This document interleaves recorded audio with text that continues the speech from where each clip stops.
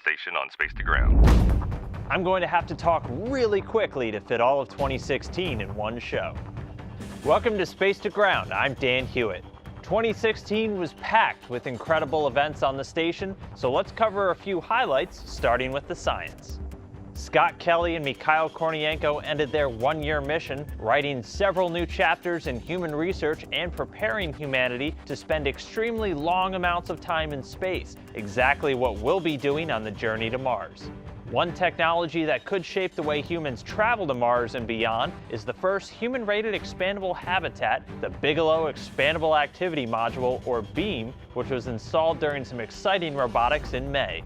And keeping a unique eye on our planet, the Meteor payload has been watching space rocks burn up in our atmosphere to help study their composition and behavior, the only time shooting stars have been observed from space.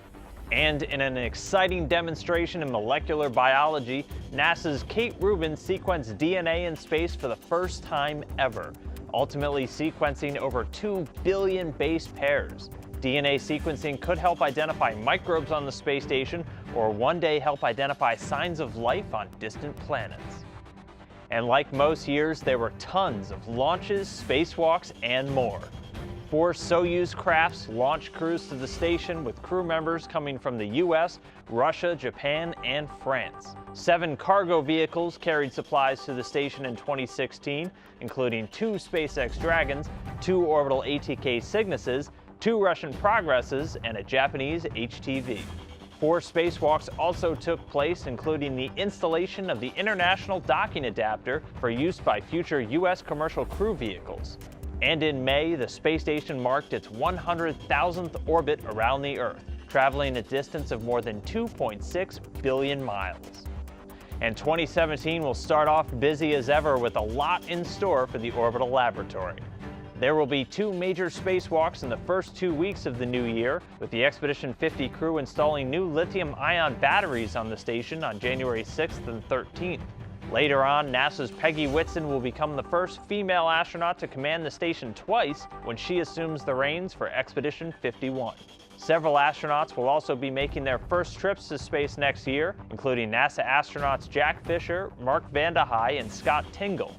And by the end of 2017, NASA's commercial crew program will be ramping up as we get closer to sending crews to the station on US spacecraft for the first time since the Space Shuttle retired. We'll close this year with a special message from the crew for the holidays. Keep sending your questions in 2017 using the hashtag #SpaceToGround. We'll see you next year.